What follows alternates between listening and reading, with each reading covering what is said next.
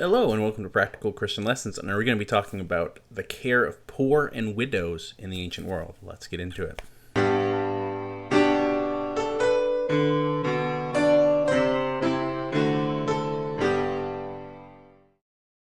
So, if you are new here, welcome to Practical Christian Lessons. We do a lot of things here: history, theology, apologetics. Today is a bit of all of those, and we do more. So if any of that sounds interesting, and specifically for this series, has been about going through theology of the Old Testament, the people of the Hebrew and the Israelites, and then comparing it with their neighbors, and then showing how it's so radically different from their neighbors, you need to have an explanation of where it came from, and simply they made it up doesn't make a lot of sense, considering how the ancient world was. A great book on this at full length is John Oswalt's Not Called to Be Holy. That's a different book by John Oswalt. Is the Bible Among Myth, or the Bible Among the Myths. And it is a full book on this exact topic. It's wonderful.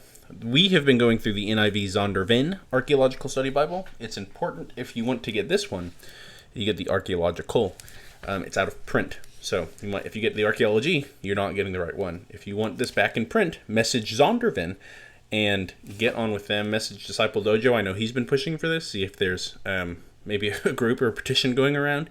I don't know why they stopped printing this. It's wonderful. But if you're showing up to this series now, we are on the last 2, maybe 3 essays we're going to be reading from this, at least for some time, and then we're going to be switching on this channel to 2 videos a week. Just want to give... This is something we announced a bit ago. We were going to be switching to two videos a week once we got through one of our series, which this is going to be the one ending first. Not that we won't occasionally do things, but that's just going to be happening. The last essays, some of the last essays we're going to be skipping, I think I just want to point out, if anyone was maybe interested in reading about these, is the Hittite laws, page 281 for this one. And the reason those matter is because it gives us a very firm dating for the laws of the Old Testament, in Deuteronomy especially. And the reason that matters is dating the books of the Old Testament. One of the metrics that people use when dating books of the Old Testament, and this matters for anyone who's a skeptic, maybe wanting to look into the dating of the Old Testament, whether to challenge it or see what is true or not true, or for us as Christians trying to, make our case for these things. Dating is one of the measurements of laws and literature and other similar codes or writing styles with contemporary times. So especially in the ancient world, if something's written in the style of law codes from the 14 to 1200s, then odds are it's from that time period, because it's not like, modern times where we can just pull up our phone or open up a Google tab and look up whatever we want. People had to actually either have the documents to look at and learn from, or they were just writing in that time period, which was often the more likely case. That's one of the reasons it's so easy to spot a lot of forgeries, because of their writing style, especially in the ancient world. Not quite so easy nowadays, but in the past, that was one of the methods. Another essay we're skipping over is prostitution in the ancient world. This is on Deuteronomy 23. We've talked about this a fair amount in the series, just because it comes up again and again and again, whether that's in temple worship and magic and cultural practice, whatever. The essay we will be reading from today, though, is the care of widows and orphans in the Bible and the ancient Near East. And I don't have my glasses. They're in my car, so it's going to be a minute before I can get to those. So sorry if I'm struggling here with this one, but I should be able to make it work. This is on page 285 of this Bible, if you have it, over Deuteronomy 24. In Old Testament laws, God commanded the Israelites not to take advantage of a widow or an orphan. Exodus 22:22. In fact, Psalm 68:5 describes God himself as a father to the fatherless, a defender of the widows.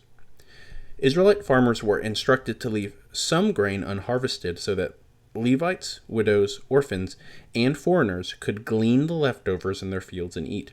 Deuteronomy 24:17 through 22. Glean is literally just going, picking it off and then eating it. They didn't necessarily have to eat it right there, but they'd go and pick it. In addition, the tithes of every third year were to provide for widows, orphans, aliens, and priests. 26:12 through 13. Hebrews who themselves had been aliens and slaves in Egypt were never to pervert the justice due to widows, orphans, and foreigners. Deuteronomy 24:17 through 18. In fact, one of the reasons God stipulated for allowing Israel and Judah to fall before Assyria and Babylon was his people's failure in their obligation to defend the cause of the fatherless and plead the case of the widow. Isaiah 1:17. If you really want a good summary of the history of the people of Israel and the Hebrews, read Isaiah 1 and 2. Sometimes they do well, and a lot of times they did really badly, unfortunately. And we're the same. In the New Testament, the widow of Zarephath, Luke 4:24 through 26, and cross-reference 1 Kings 17:7 through 4, and the widowed prophetess Anna in Luke 2:36 through 38, one of my favorite widows in the New Testament, are cited as examples of faith, and an impoverished widow was held up by Jesus as a model of generosity. Luke 21:2 through 4. In one of Jesus' parables, a widow provided a clear example of the innocent being easy prey for the unjust and indifferent in Luke 18:3 through 5. This was a widow is petitioning a judge again and again because he's not giving her justice. Eventually he does. And that's the point of the parable. Annoy the judge a lot. That's the message. Don't take that as literally as you can for our time. Jesus demonstrated mercy toward the widow at Nain in Luke 7:12 through 13, and refused to leave his own disciples as orphans with relation to his own coming departure from earth in John 14:18. He promised to send another like him of the same substance, in this case the Holy Spirit. You might see Comforter, depending on your translation, down as he was going up. Or after he went up, he then sent the Holy Spirit. A Jewish widow had the right to expect financial maintenance from her husband's heirs. Yet, Jesus went so far as to accuse religious scribes of stealing widows' properties in Mark 12:40 and Luke 20:47. The early church continued God's concern for such otherwise destitute women. Needy widows were fed in Acts 6:1 through 3, and the disciple Dorcas of her own accord sewed clothing especially for them in Acts 9:39. A ministerial order of widows was begun for the purpose of prayer in 1 Timothy 5:3 through 10, and James, Jesus' brother, defined true worship as that demonstrated by visitation of distressed orphans and widows in James 1:27. And the widows actually had a large role to play in the early church.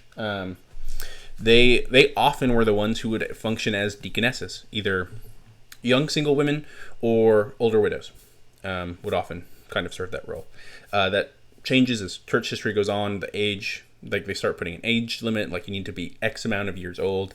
That's its own thing. We actually will be touching on that in a video upcoming, but that is not for this video. But when you compare this with, even in our own modern times, people are really bad about this, but historically, right, we have charities and stuff set up in our modern time. There's this very big emphasis in certain parts of the world on giving, on charity for the poor, widows, those who can't normally provide for themselves. My own church has a ministry for the single moms and widows in our church, which I'm stoked about. I love that. I want everyone to be clear about that. I'm a big fan of churches doing that. Now, I'm not going to go into my side tangent on that. Anyway, the ancient world didn't really have this. There was this quote from Bart Ehrman as of the day I'm recording this. I went to look at my watch. It's not even on my wrist. April 29th. I'm recording this at night, 9 p.m.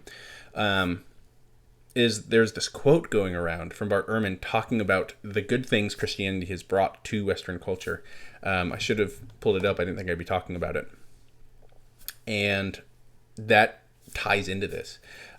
Christianity is sort of what brought this emphasis on charity, on giving, on providing for those who weren't needed. It's not like, I'll go in sort of chronological order. I'll start it with ancient Rome in, 0 to roughly the 400s. Christianity is the reason widows and stuff were starting to be cared for. And this was a cultural difference with Rome. Rome cared very much about family and their own citizens, but they didn't care about anyone else. And the responsibility for caring for like a widow or something was on your family. If you didn't take care of your family, it was actually a mark of dishonor upon you. It was a large shame back when. More cultures than we have nowadays were honor and shame. To shame your family, you might as well be dead or kill one of them in certain situations. It was that bad. And you still find that today in certain parts of Asia and things like that. It's far more common there. A good commentary on that is the South Asia Bible Commentary. I don't actually see it back there, but it's good. It talks about that. One of the things Christians did, and Romans, pagans, philosophers, and others started noticing this and said, it's also starting to rain. So if you hear that and it's loud, I apologize. They started to note that Christians were doing this and said, they're shaming us because they're doing something we can do, and they're doing it better than we do for our own family, let alone they're doing it for strangers when they're poor. Like, they were like, this is one, weird, but two, I don't know what I'm doing with both hands. Two, this is shameful because we're not doing something that we could be doing, and they're blowing us out of the water.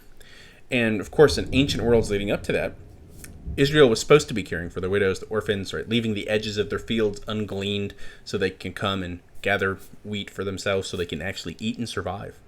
Funnily, it's one of the reasons the Wesleys and the Holy Club was very adamant about going into prisons in their time in Oxford, is because then, and even up to recently in American history, prisoners weren't promised food. So there were times where if they weren't going in to feed them, no one was feeding the prisoners, and they would die of starvation. And of course, in the ancient world around the Hebrews and the Israelites, caring for widows and orphans and stuff, especially when they're not of your own family, not of your own culture, that wasn't on the table. You just didn't care. Of course, we're also talking about cultures where human sacrifice happened and things like that. So clearly, very different cultural mindsets. That's one of the most startling things when looking at the Hebrews and the Israelites we're talking about in the series, is what they were supposed to be doing. Is this such a radically different thing? And of course, it's noteworthy that oftentimes, right, as the prophets condemned them, they didn't live up to this standard. They were more like their neighbors than they were supposed to be. So where's this idea coming from? It's probably not coming from the people who are failing. So what source is giving them this information? I, of course, are going to posit this is divine revelation. This is from the Lord. He's trying to form the Hebrews and the Israelites to be holy as he is holy, so they can go out and spread blessing to the world. And through that, of course, comes Christianity, the Messiah, and the promise that, hey, this world is broken, but there's a God who loves creation and is working everything towards its redemption. He is making all things right, and he is offering you a part in that. And that's an offer I happily extend here on this channel. The rain is starting to come down, so I'm going to end. I could go on for a really long time about this. This is something near and dear to my heart. You guys have a wonderful day. God bless. And hopefully it's not raining for you like it is for me right now.